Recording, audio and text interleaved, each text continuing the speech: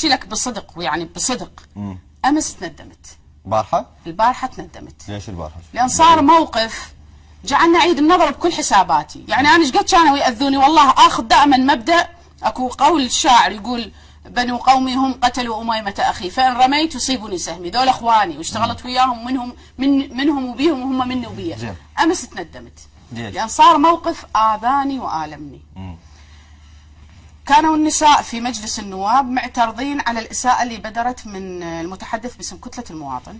واعتبروها إساءة لكل النساء، وتحركوا النساء من كتل مختلفة رادوا يسوون بيان استنكار ورسالة يوجهوها للسيد عمار الحكيم، يقولوا له احنا ما نقبل إساءة لامرأة لأن هاي سابقة خطيرة، كل امرأة بالسياسة راح يستخدم هذا السلاح ضدها. تعرف من منع النساء من أن يصدرون البيان؟ من؟ اتصل بهم أبو بلال الأديب وحدة. السيد علي الأديب منعهم من أن يسوون بيان استنكار لامرأة معهم في مجلس النواب.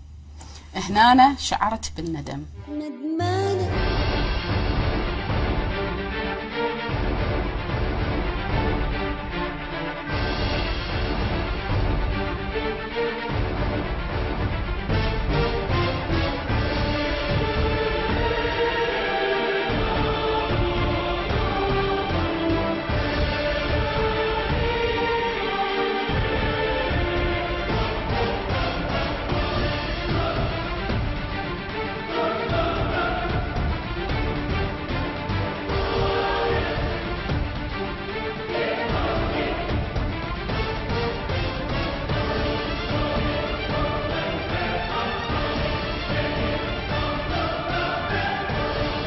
أنا لم أفرط دولة القانون، ولم أفرط ولن أفرط ولن أكون معادية لدولة القانون. دولة القانون أنا جزء منها وجزء مؤمن بها.